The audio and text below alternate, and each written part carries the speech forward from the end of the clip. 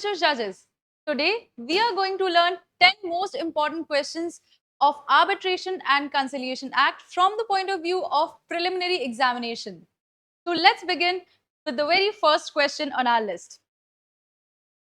The Arbitration and Conciliation Act 1996 was enacted due to the following international laws. The question is asking the international laws due to which Arbitration Act was brought into India. The first is UNCITRAL Model Law on International Commercial Arbitration 1985. Second option is UNCITRAL Conciliation Rules 1980. Third option is New York and Geneva Conventions on Foreign Awards. And finally, the last option is D, all of the above. So here the correct answer will be D, all of the above, because these three have been mentioned in the object and reasons of the Arbitration Act, and this is also mentioned in the Arbitration and Conciliation Act itself. So the correct answer will be all of the above. Let's move on to the next question. Second question, which of the following is true about an arbitration agreement? Option A, an agreement by parties to submit to arbitration all disputes which may arise between them in a legal relationship. Option 2, it may be in the form of an arbitration clause in a contract or a separate agreement. Option 3, it must be in writing. And option D, all of the above. The correct answer here is all of the above. All of these are the essential ingredients or the facts which are true about an arbitration agreement. Let's move on to the next question. Question number 3. The parties are free to determine the number of arbitrators provided such number shall not be an even number is given under which of the following sections? Option A, section 10, option B, section 11, option C, section 12, and option D, section 13. Now we know the correct answer is option A, section 10. It has been provided under section 10 that the number of arbitrators should not be an even number. Let us move on to question number 4.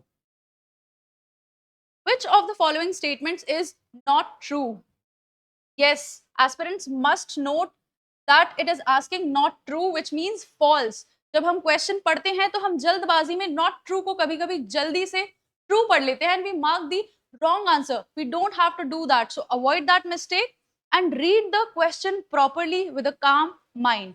So it is asking about a statement which is not true, which means you have to mark the statement which is false. So option A is procedure for appointment of arbitrators is provided under section 11. Option B, procedure for challenging the appointment of an arbitrator is given under section 13. Both of these options are true. Option C is grounds for challenging the appointment of arbitrator are given under section 14.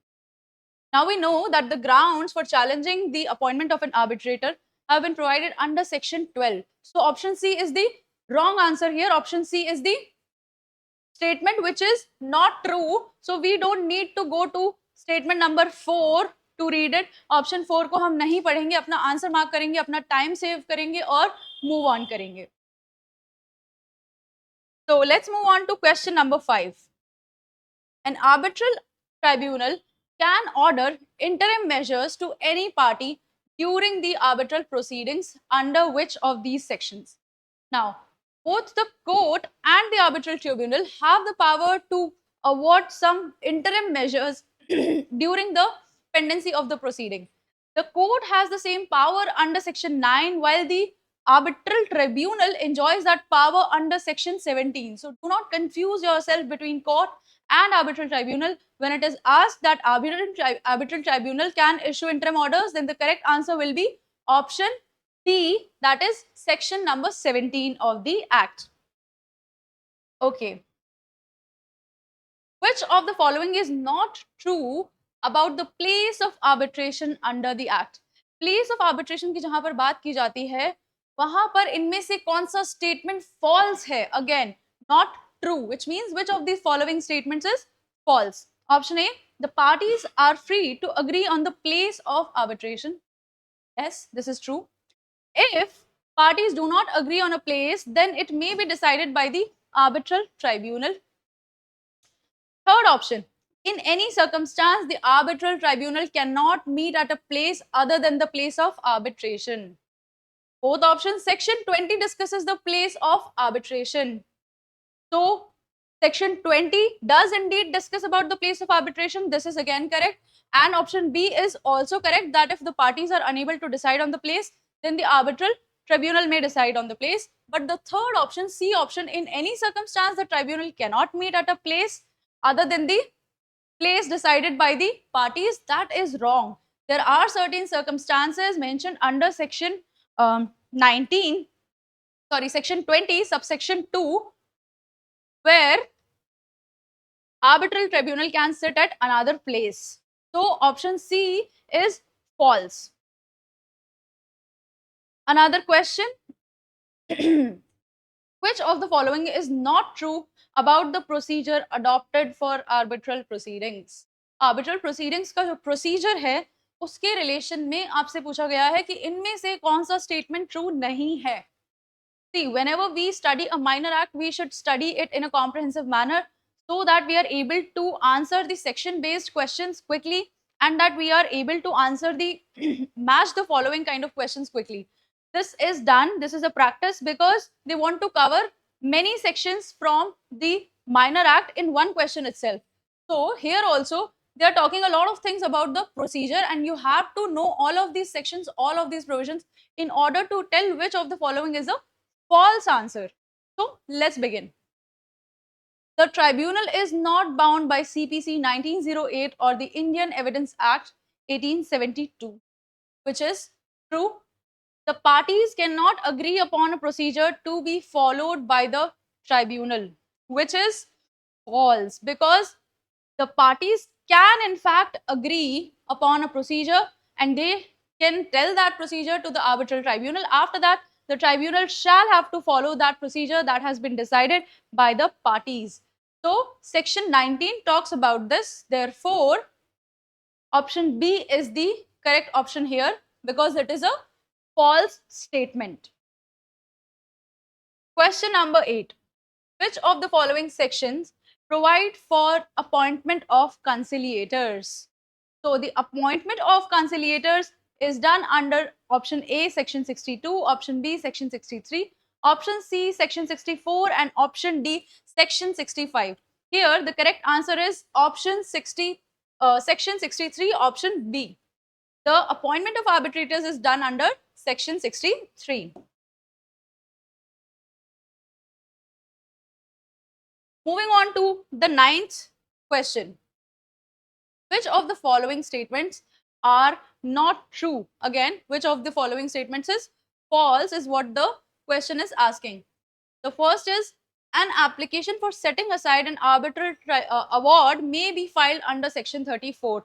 Section 34 is very, very important from the point of view of both prelims and mains, and there are a lot of case laws, a lot of landmark judgments from section 34. So you must know all the correct things about section 34.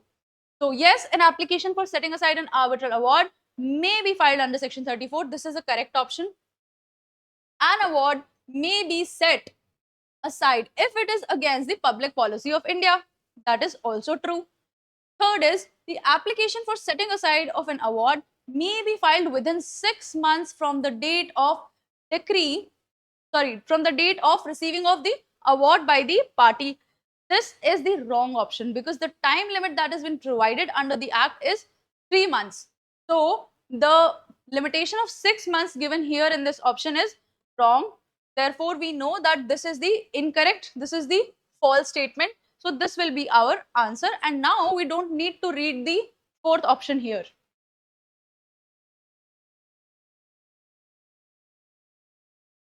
Moving on to the last question that we have is the match the following kind of question.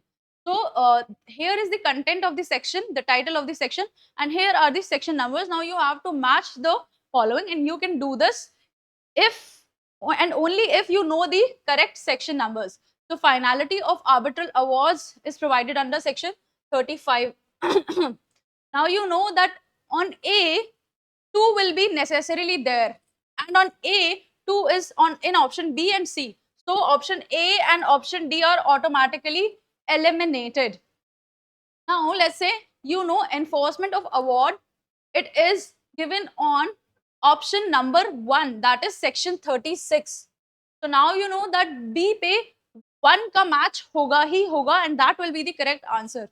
Here B is matched as 1 and here B is matched as 3. So this is not the correct option. Again, this will be eliminated and this will be your correct answer. So this is how you attempt match the following questions by the rule of elimination. These are the 10 most important questions from the point of view of prelims. Thank you for watching.